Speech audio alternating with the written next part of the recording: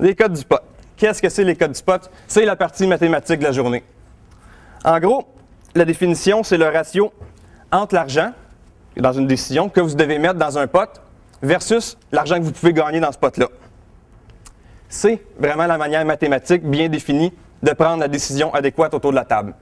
Pour vous l'expliquer, je vais utiliser la méthode des outs, mais je vais le faire à l'aide d'un exemple parce que ça va être beaucoup plus simple comme ça. Je vous mets en situation.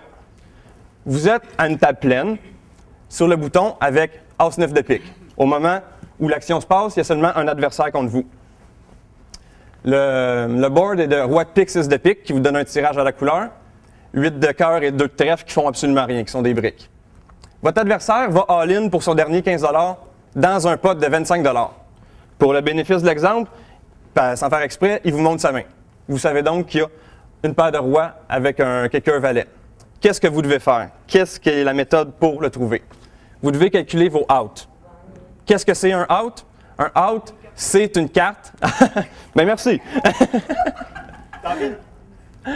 Un out, c'est une carte qui va vous donner la main gagnante, assurément, si elle sort, dans ce cas-ci, sur la rivière. Quelles sont les cartes qui vous donnent la main gagnante? Bien, tous les pics, effectivement. Ici, on sait qu'il y a 13 pics dans un paquet. On en a 2 et il y en a 2 de découverts. Il reste donc 9 cartes en pique qui nous donnent la meilleure main. Plus les as. Plus les as, merci. Et on sait aussi que si on frappe un des 3 as restants, on va gagner. Donc, on a 12 outs. Qu'est-ce que ça veut dire mathématiquement? Puis je vous rassure immédiatement, il y en a des raccourcis, c'est ce qu'on veut vous expliquer. Mais mathématiquement, ce que ça veut dire, c'est que vous connaissez présentement 6 cartes. Vos 2 cartes, plus les cartes qui sont dévoilées, sur les 52. Il y a 46 cartes qui sont donc inconnues de vous. Sur les 46 cartes, il y a 12 de ces cartes-là qui vous donnent la main gagnante. On fait donc un ratio, 12 sur 46, qui donne 26 %, à peu près une chance sur 4 de gagner. Évidemment, on ne veut pas avoir à faire ce genre de calcul-là à la table. Donc, ce qu'on fait, on va revenir au précédent, on peut tout simplement prendre son nombre de outs, qui est quand même assez facile à calculer, et le multiplier par 2 pour chaque carte à venir.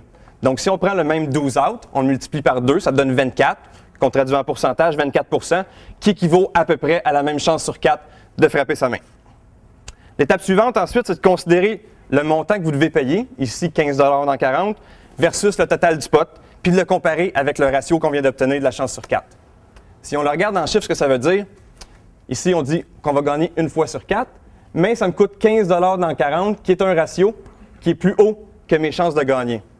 Donc, théoriquement, je devrais coucher la main. Si on l'illustre d'une manière que je pense qui est plus facile à voir, ça veut dire que 3 fois, je ne frapperai pas, et à chaque fois, ça va me coûter 15 $ pour un moins 45 $.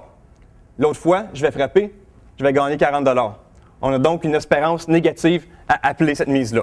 À chaque fois que vous callez, vous faites une erreur parce que sur le long terme, sur les 4 fois que vous allez jouer, vous allez perdre 5 $. Petite distinction avant de passer au concept sous-jacent aux cotes. Encore revenir. On a dit ici que s'il restait 2 cartes à venir plutôt qu'une seule, on pouvait multiplier nos outs par 4 plutôt que par 2. C'est vrai et seulement vrai. Vous pouvez seulement le faire si votre adversaire est all-in, qu'il n'y a plus d'action potentielle. Parce que si on retourne à l'exemple, avec quelques petites modifications, on a le même tirage à la couleur contre le même adversaire, 2 modifications, l'action se passe sur le flop et, contrairement à tantôt, votre adversaire a 200 $ au lieu de seulement un 15 $ restant.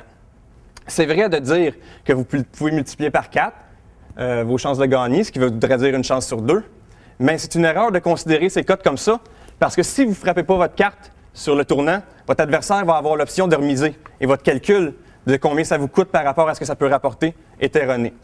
Dans une situation comme là, où l'action n'est pas définie pour la suite, ce que vous devez faire, c'est y aller carte par carte, donc vous dire le même principe que tantôt, dire que vous avez 15 $ dans 40, vous avez une chance sur 4 de frapper au tournant. Donc, théoriquement, si on s'en tient seulement au code du pot, ça reste un fold. Mais, je le vois dans vos yeux, ça va souvent être une erreur de folder ici. Et c'est ce qui nous amène au concept probablement le plus important des variantes no limit du poker, les cotes implicites.